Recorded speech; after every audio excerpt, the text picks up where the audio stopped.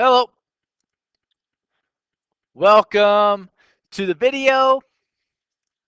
In this lesson, we're going to be looking at section 9.6, where we're going to be solving right triangles.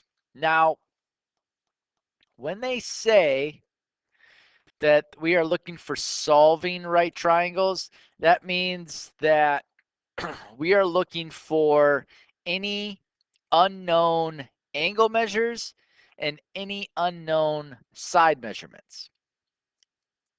Now, there are several different ways that you can obtain those different measurements, but some things allow us to use those specific um, trig values to help us gain some idea of which unknowns we're trying to find and come up with values for them. So for starters, one of the things that we're going to be looking at is inverse trig ratios. Anytime we are looking at inverse trig ratios, we are going to attempt to find the angle measure with respect to the side measurements that is given to us. So for instance, let's say we are trying to find the the angle measure for A, and they give us values for B, okay? So let's say all right, we have a value here, and we are given a value here, okay? For instance. So since this is the opposite side of that angle A, and this is the adjacent side for the angle A, to obtain the angle measure for that angle, we are going to use the inverse tangent. So inverse is they're going to be the tangent with the -1 that looks like an exponent. And if you identify on your calculators, whatever ones that you may have, if you press the second command, uh, the inverse trig functions will come up. So inverse sine, inverse cosine, inverse tangent are there. And by taking the inverse tangent of that ratio, so like in this, for instance, BC divided by AC, we will then get the measurement of angle A. Okay. Now, if let's just say, for instance, you were trying to find B and you were given those same things. So like say like you're trying to find B and you were given, so like it would be, oh, this would be the opposite and this would be the adjacent. So then you'd use inverse tangent of AC divided by BC to get the angle for B. Okay.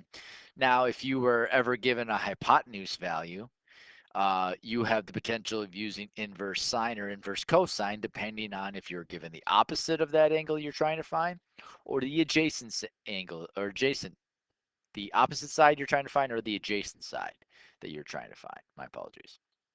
So everything that you are able to find when it comes to being able to identify what the angle measure is comes from the inverse trig ratios.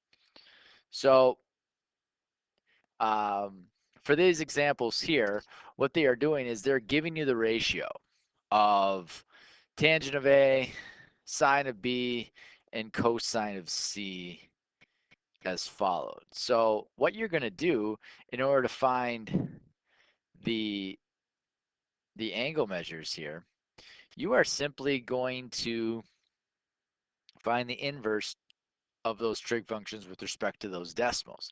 So to find the angle measure for A, what you're going to do is you're just going to take the inverse tangent of 0.75. And the inverse tangent of 0.75 is about 36.9 degrees. So round to the nearest tenth. So that's what I did. So 36.9 degrees is my angle measure. For sine of B is 0.87. So I'm going to take the inverse sine of 0.87. So inverse sine of 0.87 is about 60.5 degrees. And then finally for C here, Now we're just going to take the inverse cosine of 0.15. Inverse cosine of 0.15 is about 81.4 degrees. Just going to circle those.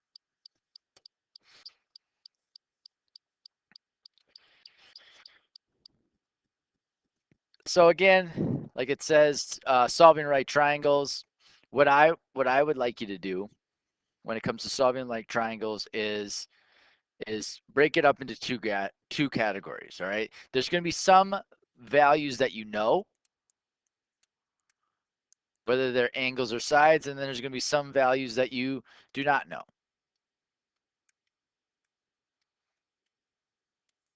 All right. And when they ask you that we are solving the right angles, we need to find these do not know values. So when you break that up, that's what we're going to try to do. All right. So for instance, here they're asking us to solve the right triangle. They want you to round decimal answers to the nearest tenth if necessary. So the first thing is I'm going to identify what we know. All right. We know that BC equals 3, and we know that AC equals 2. All right, and we also know that angle C is 90 degrees. All right, I know all of those things. So I know it's a right triangle, and I know those side measurements. All right, what we need to find, or what we don't know, we need to find AB. We need to find one side measurement. We need to find angle B, and we need to find angle A. So we need to find those three measurements in for either the sides or angles. Okay, so the first thing that we can do is I'm going to look at the side measurement. All right, I'm trying to find C. C just so happens to be the hypotenuse of this right triangle. So we can find AB by using Pythagorean theorem. A squared plus B squared equals C squared. Could you use a trig function? Sure. But this is just how I'm solving it at this point. So I'm going to say A is 2, so 2 squared is 4, plus 3 squared is 9. That equals C squared. So now I'm going to say I got 4 plus 9, which is 13. Square root of 13 is about 3.6. So I'm going to say AB is 3.6. All right, so I found my first known value.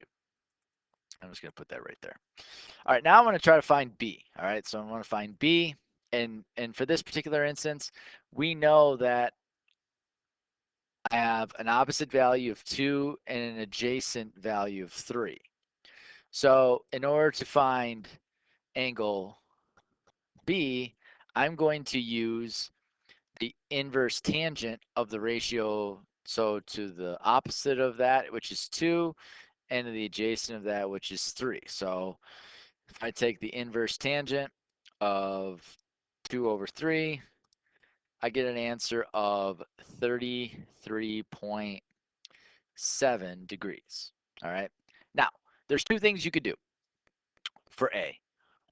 Now that I know that one of my angle measures is 33.7 degrees, and using that triangle sum theorem, knowing that they're all added up to 180, I could take 180 minus 90 minus 33.7, and you get 56.3 degrees. All right, you are more than welcome to check angle A and say, okay, does the inverse tangent of 3 over 2 get you about 56.3?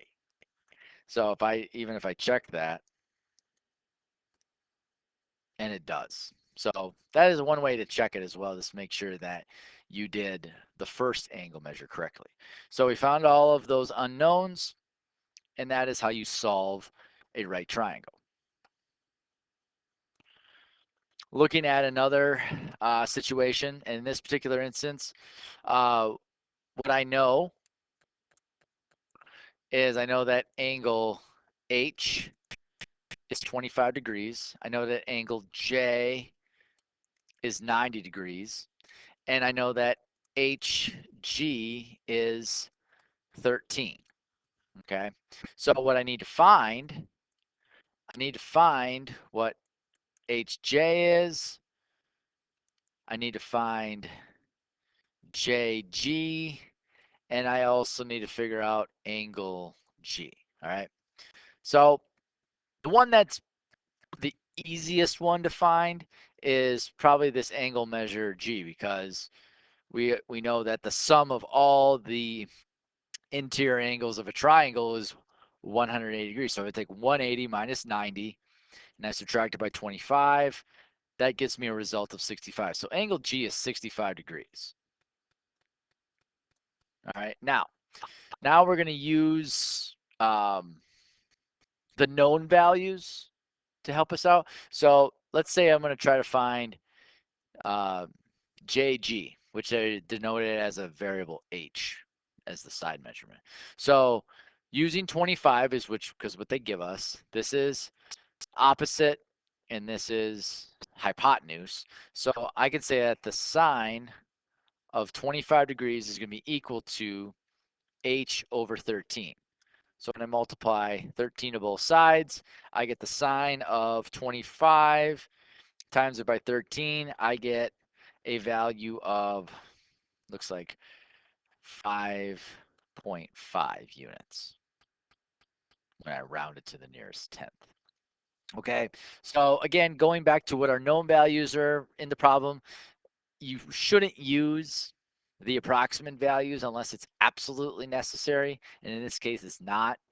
To find variable g, in this case hg, we can say that that comes from cosine, because the cosine of 25 degrees is going to be adjacent, which is g divided by hypotenuse, which is 13. Multiply 13 to both sides, I get the cosine of 25, times it by 13, and I get a value of 11.8 once you round it. Now, you can definitely check to see if it works out pretty close. So if you took like 11.8 squared and then you added it to 5.5 squared, and then you took the square root of that result, you should get something close to 13, which I do. I end up actually getting a value of 13.02, which is really close to 13, which makes sense because I approximated those values. So here are my unknown values, and that is being able to solve that right triangle. And that is being able to solve right triangles. Hope this helps. Until next time.